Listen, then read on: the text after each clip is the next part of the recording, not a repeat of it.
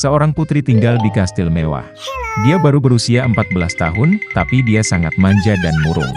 Suatu kali dia menemukan sesuatu untuk bulan April yang akan datang, dan ada bunga musim semi di pesta tahun baru.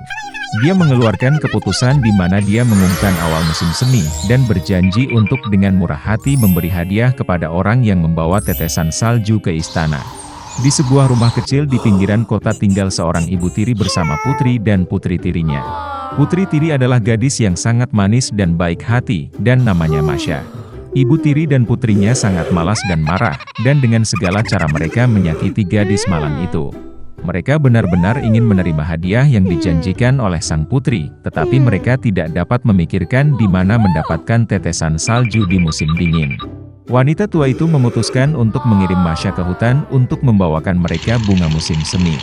Putri tiri mulai memohon kepada ibu tirinya untuk mengasihani dia, karena di luar gelap dan dingin. Dan jenis tetesan salju apa yang bisa ada di musim dingin? Tapi wanita tua yang rakus itu tidak mau mendengar apapun. Dia memberikan keranjang yang lebih besar dan mengusir Masya keluar dari pintu. Gadis yang membeku sangat ketakutan di hutan yang gelap. Tiba-tiba, di kejauhan, dia melihat cahaya. Dia senang dan pergi menemuinya. Ternyata itu adalah kobaran api besar, dan 12 orang menghangatkan diri di sekitarnya. Dengan mengumpulkan keberanian, gadis itu mendekati mereka dan memberitahu mereka bahwa ibu tiri yang jahat telah memaksanya pergi ke hutan dan mengumpulkan tetesan salju. Ternyata itu 12 bulan. Saudara-saudara merasa kasihan pada Masya, dan mereka memutuskan untuk membantunya. Saudara April melafalkan mantra, dan tiba-tiba musim semi datang di hutan dan di tempat terbuka. Salju mencair, rumput hijau muncul, tetesan salju bermekaran. Gadis itu mulai mengumpulkan bunga dan segera mengisi keranjang besar dengannya. April muda sangat menyukainya, dan dia memberinya cincin ajaib. Jika masalah terjadi, dia harus dilempar ke tanah, mantra dilemparkan, dan semua 12 bulan akan datang untuk menyelamatkan. Masya berterima kasih pada mereka dan pulang.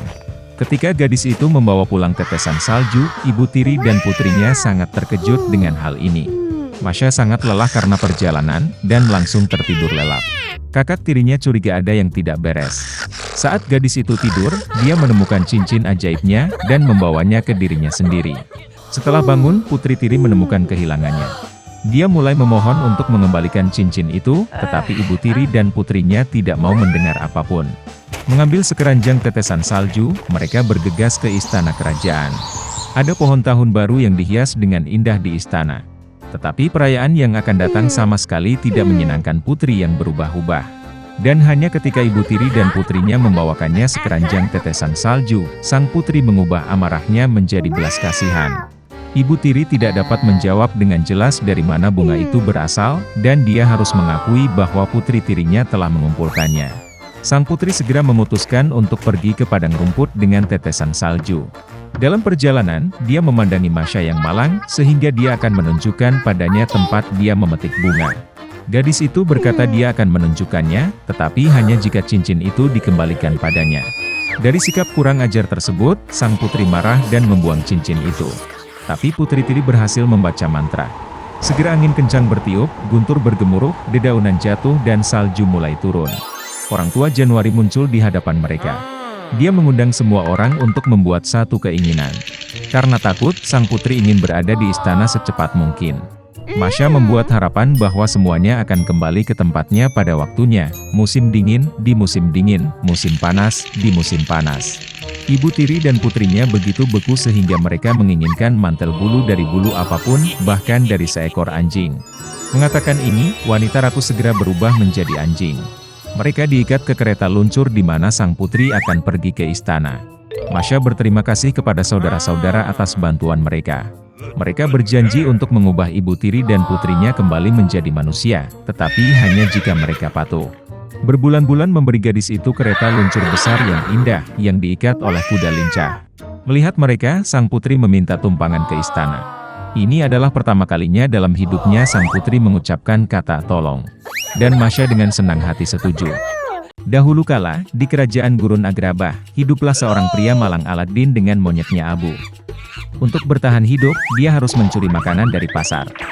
Tetapi meskipun demikian, Aladdin baik dan jujur, karena dia membagikan segala sesuatu yang dicuri kepada anak-anak yang kelaparan. Suatu hari, saat berjalan-jalan di kota, Aladin memperhatikan bagaimana seorang pedagang apel mengancam seorang gadis muda. Dia memberikan sebuah apel kepada anak itu tanpa meminta, dan sekarang dia harus membayar.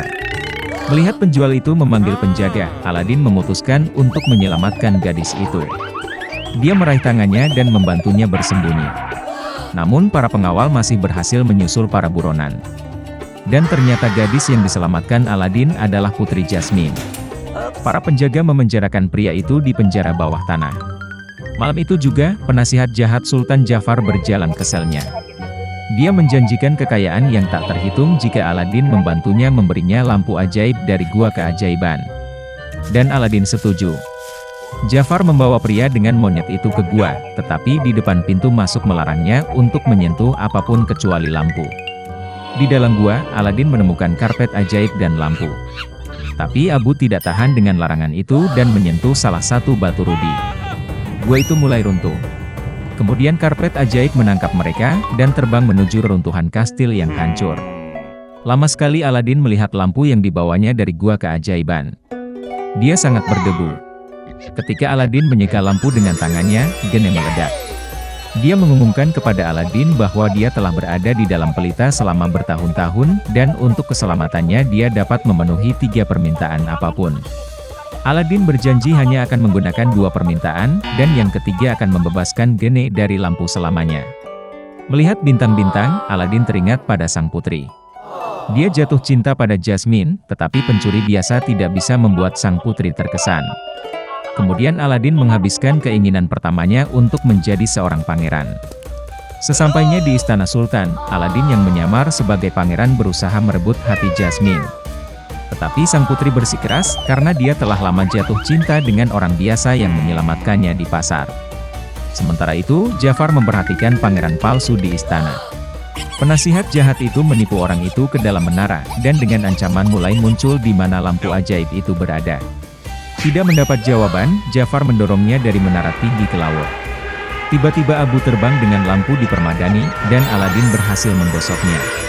Kemudian jin muncul, dan menyelamatkan mereka, dengan demikian menggunakan permintaan kedua. Kembali ke istana, Aladin memberitahu Sultan bahwa Jafar adalah penyihir jahat yang akan mengkhianati kerajaan.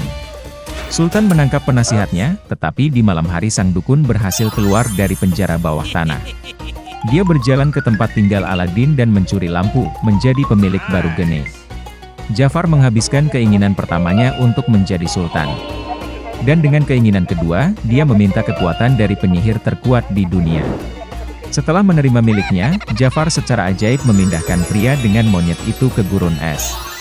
Dan dia memutuskan untuk memaksa Putri Jasmine menikahi dirinya sendiri. Saat upacara pernikahan sedang berlangsung, karpet ajaib menemukan di mana Aladin dan Abu berada, dan kemudian mengembalikan mereka ke kastil. Melihat Jafar, Aladin mulai menggodanya, menyebutnya sebagai orang kedua yang berkuasa setelah jin.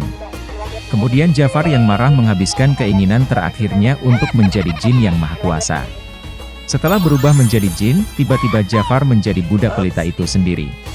Melemah, dia berjanji akan balas dendam pada Aladin.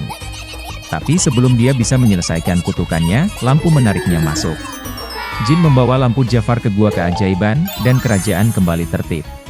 Aladin memutuskan untuk menepati janjinya, jadi dia menghabiskan keinginan ketiganya untuk membebaskan geni dari lampu selamanya. Dan Sultan yang melihat bahwa Aladin dan Jasmine sedang jatuh cinta, mengizinkan mereka untuk menikah. Dan mereka hidup bahagia selamanya, dan kerajaan Agrabah hanya makmur selama bertahun-tahun.